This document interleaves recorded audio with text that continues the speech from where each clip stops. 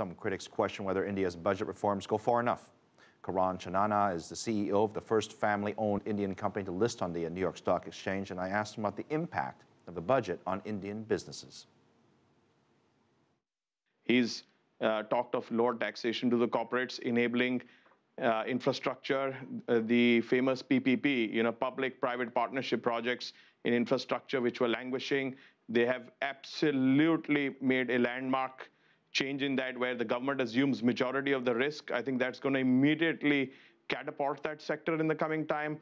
Then they've spoken about, walking towards GST, 1st April 2016. Now, GST is like what VAT is to Europe. That's a common tax. First step towards making in India a common market. These are some major steps already taken.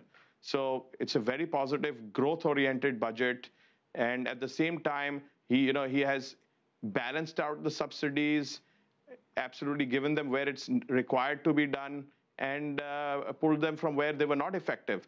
So I think he has taken care of all socioeconomic segments and dealt with the biggest opportunity and the biggest hurdle, which is infrastructure. The Prime Minister, he's made great inroads with his new administration, not only trying to make friends with China, the U.S., the rest of the world for that matter. I mean, there's definitely a sense, at least from an investor standpoint, he's going to be much more investor-friendly, and that was his standpoint during the elections. Fast forward to today.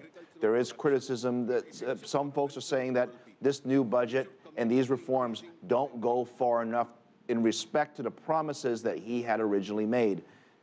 Did it go far enough?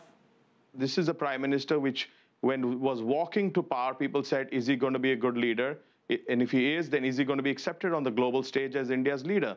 Now, 8 months, 9 months down the line, he's not only engaged the world at a very high level. We've had the U.S. president come into India for the first time as a Republic Day guest. And what has he done? He's himself emerged as a global leader.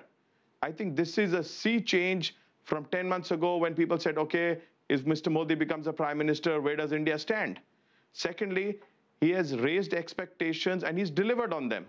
He has engaged the whole world on a political sense. The nuclear deal, the liability agreement, which was done during President Obama's visit to India, gives you a clear flavor of how great a man in his clarity our Prime Minister Modi is. Sitting in your shoes as a CEO of a public company, give me the greatest opportunity that you see for India over the next 5 years when you think about capital expenditures. And I'm talking about all industries in general, so we can broaden it out a bit. But where do you see the greatest opportunity? I think in consumer is the greatest opportunity. India is almost a $2 trillion economy. We're going to spend another $1 trillion in the next 5 to 7 years on infrastructure. We've had some great reports out there saying that India is going to have 600 million people in the middle class in the next 10 years, spending, again, nearly $2 trillion of private consumption by that time. So I think consumer is the big opportunity. Infrastructure is already spoken about. And, the business we are in, food, I think that's the biggest opportunity for India. If you look at it in the urban and the suburban sector and everything included, half of the wallet is, or more, is delivered on food. And when the GST comes in, the delivery of that opportunity starts.